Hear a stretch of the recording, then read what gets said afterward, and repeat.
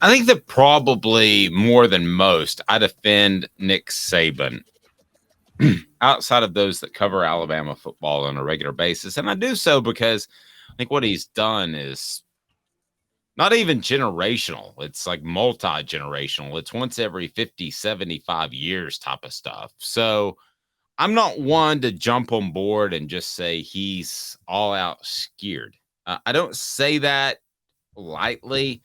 And I want to discuss what SEC Mike Bratton, said on the Paul Feinbaum show. This was back on Friday, and this goes back to some scheduling issues, and it leads us into today's tough question. Today's tough question brought to you by Campbell, Cunningham, Taylor, and Hahn. Look, no glasses, no contacts. I got LASIK. It is time for today's tough question. Today's tough question. Take a side. Take a stand. The Dave Hooker Show, a presentation of offthehooksports.com. Okay, so this is what Mike Bratton had to say on Paul Feinbaum, and he's active on the Twitter. And I assume he does a streaming show because who doesn't? But he said, quote, "It looks to me like Nick Saban is afraid of competition. He's running for the hills because Kirby and Georgia are taking over the SEC, and I think it's a short-sighted approach. Paul, because last time I checked, Alabama plays Tennessee, LSU, and Auburn every year. I realize we're getting away from the division, so maybe he was hoping to escape those top-tier programs facing his decaying Alabama program. The thing that he's overlooking is we're getting away from the SEC West. We all know that's the toughest division all of college football. And if they've got to play LSU, Tennessee, and Auburn, guess what? They get to drop A&M. They get to drop Ole Miss. They get to drop Arkansas and insert Vanderbilt, Kentucky, and Missouri. At the end of the day, I think it all evens out. It's not just Nick Saban having to face these teams. It's the entire league. I think he needs to get with the program, and that to me is just another sign there's fear in Nick Saban's voice. Is there fear in Nick Saban's voice when he discusses the fact that he doesn't want to play LSU, Auburn, and Tennessee on a regular basis? Is that fear because of the direction of his program, which I think you and I would agree is not nearly as stellar as it was before Kirby Smart did what he did and is doing what he's doing in Georgia? So today's tough question brought to you by Campbell, Cunningham, Taylor, and Hahn. Is Nick Saban scared? Where he is at this point in his career, is he simply scared? Caleb Calhoun. And you can branch off that, but yay or nay on the scared part first. Yay, but yes, I think he is a little scared, but I don't blame him. I have to be honest. Okay, the 3-6 model that was proposed was leaked on the proposed rivals. We all agree that two teams, there's Tennessee with its scheming, but from a recruiting standpoint, the two teams that are Nick Saban's biggest barriers now are going to be LSU and Georgia, right? Mm-hmm. Like, I'm not sure I don't think Tennessee is going to create a barrier ahead of Alabama ever. I just think that they could out-scheme Alabama and recruit close to their level. But Georgia and LSU are actually in their way recruiting-wise.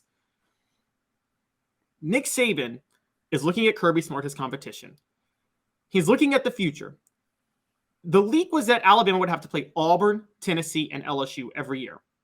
Georgia would have to play Florida, Kentucky, and Auburn every year. By every metric, Georgia, which is already a better recruiting ground than Alabama, is going to have an easier SEC schedule than Alabama every single year with that slate. Agreed, but can I stop you on one thing? We're talking about long-term. We don't know that Brian Kelly will be at LSU. You and I both think so long-term. We don't know how the Hugh Freeze thing will work out at Auburn. I mean, the schedules change. I'm referencing an Alabama potential annual opponent and a Georgia annual opponent. I think all of these things change. There were times where Tennessee would have liked to have kept Alabama on the schedule because they were dominating Alabama, right? They would not like Georgia on the schedule now, but there was times when they would because they were dominating Georgia. So I think things change. And I think there's a natural ebb and flow, and I wouldn't make these decisions too hastily if I'm an athletic department or if I'm Nick Saban. I think you're right. I think Nick Saban has a tougher row to hoe with the three you mentioned and the three that Georgia mentioned. But Florida is going to be back. Kentucky is going to No, be they're not. well. I think at some point, whether or not, I mean, I just don't think they'll be average. It may not. It may be after Billy Napier's gone, but I'm thinking if Kirby Smart's going to be there for a decade. Okay, so at some point, Florida is going to be relevant again, right? You would think. Look, Florida's an overrated job. I'm going to say that now. It's an overrated job because you're competing with Florida State and Miami and now even UCF in recruiting. So even though there's a lot of talent in the Sunshine State, there's so much competition for that talent. So I don't think getting back to the I'm going to answer the question because I asked you to. So to be fair, I do not think that Nick Saban is scared. I think that he is planning forward. And I think he's planning for planning forward for the day that he's not going to be around. Okay. So that may be 3, 4, 5 years. And whoever replaces him is probably not going to be as good of a coach. So then they have to play Auburn, LSU, and Tennessee every year. I don't think he's scared per se. I think he would like it to be a little bit easier because I think when he views it realistically, he's probably got one championship left in him, maybe two. I bet if I put the over under at 1.5, you would take the under, right? Yeah, I would take the under. Yeah. I mean, arguably, if I put it at 1/2, you might take the under. I take the over then. Alabama's recruiting class this year is on a tear. So okay. So we're on the same page. So he squeaks out one more over the next 5 years. I think he would like for the schedule to be slightly easier, but I also think he's thinking about long term. I think at some point, Nick Saban, from the people I talked to, was a mercenary. Most coaches are mercenaries, guys. I think you have something unusual if you're a Tennessee fan right now. I think Josh Heupel likes being around Tennessee, appreciates the fact that they took a chance on him, and he's not a mercenary coach, but I say that with very, very little conviction, okay? Because I think most coaches are mercenary coaches. Would you agree with that, Caleb? Absolutely, they're mercenary coaches. Yeah. I mean, I think there are Tom Osborne's and there are Philip Fulmers who have ties to their school and they want to stay there forever.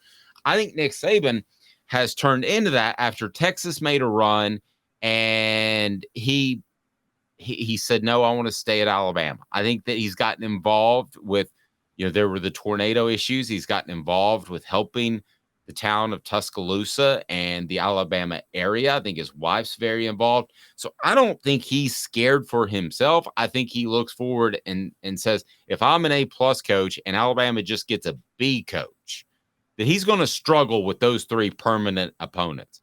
I don't think he's scared for him. I think he's scared for the future of Alabama football. And I give him a ton of credit because I don't think most coaches care what happens to their school after they're gone. I think that Florida could have been hit with a nuclear bomb after Urban Meyer left, and he wouldn't have cared at all.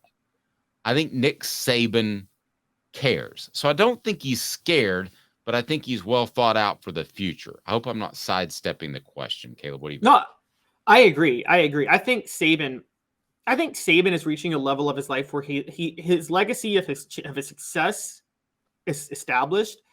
And I think he's looking at what's left after me. So I think Nick Saban, for instance, is very proud of his coaching tree. Who he has every right. He should be proud of Kirby Smart and people like that. I think the last step to Nick Saban cementing his legacy is making sure Alabama doesn't have what happened to it after Bear Bryant retired, which is, as we know, Alabama had no real plan for 30 years after that. They did get a national title in 92 with Gene Stallings. It was suspicious. Seemed like there was a lot of low-key cheating going on during that time period with Alabama.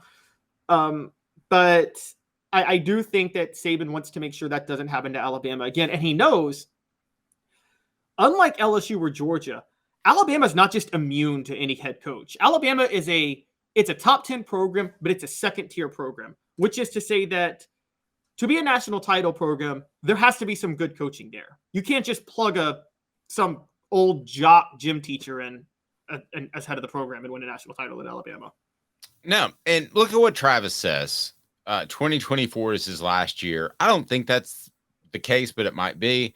But then I think Travis encapsulates a lot of SEC fans thinking when he says, "I'm here for it. I hope Alabama burns to the ground." Well, I think a lot of people think that. And I think that Nick Saban thinks that there's a real possibility of that being the case, because who were the natural coaches to step in? Mario Cristobal, who I like a little bit more than you, but I don't think it's a natural. Yeah, I'm laughing. Hey, I'm laughing that you yeah, said that. you're not a Cristobal guy, and that's fine. The guy at, suddenly his name escapes me, Michigan State. We thought Mel Tucker. Mel Tucker. We thought at one point after 2 seasons ago that he was the guy that could step in, and whenever Nick Saban retired, all of these names I could go on and on. Alabama fans think they can get Dabo away from Clemson because he went there. They can't. Clemson, Dabo's got the sweetest gig possible right now. Well, okay, so as a matter of fact, let me take that a step further. So maybe they could have gotten Dabo 5 to 7 years ago. I would debate that, but they certainly can't now. Okay, I don't think there's any way they get him now.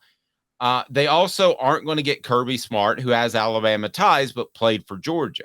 So who's the successor to keep this even at a championship level? I don't know who that guy is. They could go hire a Tucker. Pruitt, yeah, they could go hire a Tucker or a Cristobal. And I know that for a fact that both of those guys were really high up on Alabama's list if Nick Saban decided to retire. I know that for a fact. But I don't think they're that high up there now. So Nick Saban may not be scared about his future. He may squeeze out another championship. But I think he's gotten so tight with the University of Alabama and that state that he's not a mercenary coach. It's going to show up at LSU. It's going to show up for the Miami Dolphins, that he does care. And I think he's thinking about long term. And right now, without a successor in place, you better make that schedule as easily as humanly possible. And neither of his coordinators this year we believe in as head coaches long term. I mean, Tommy Rees, I'm not a believer in from Notre Dame, but also Kevin Steele. Kevin Steele is not head coach material. He's just not. So no, those weren't even in my thinking. What about Lane Kiffin? Lane Kiffin coming from Ole Miss over to Alabama when Saban retires. Now that would be something to watch. I specifically asked that question with people that have knowledge of the athletic department, and that's just not a thing. It's not even Alabama would not. Yeah, if Nick Saban retires tomorrow, somebody that covers Alabama will put out a list of top 10 coaches that you should keep an eye on. Well, I've written those lists. They're completely made up at that point. There's no way in 24 hours you have the athletic director's ear. So he will be on that list, but he is not going to be a factor in the coaching search. 4 Downs brought to you by Campbell, Cunningham, Taylor, and Hahn. Local Vision is just done incredibly well. Look at me. I had my LASIK. I can see far. I can see close. It's awesome. Cataract surgeries as well. And with the Local Vision Center, they will take you just to another level in terms of their customer service, which I'm really big on. And local. I've mentioned this before. I had surgery on a Friday night. The doctor called me on Sunday night to tell me how I'm doing. I thought that was pretty darn awesome. So Caleb thinks he's scared.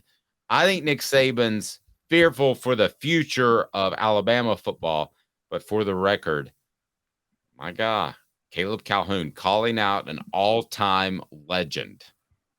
It's brutal, Caleb. You're just I'm not accusing.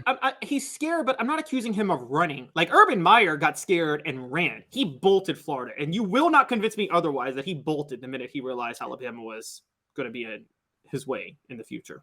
I don't think Nick Saban would do that.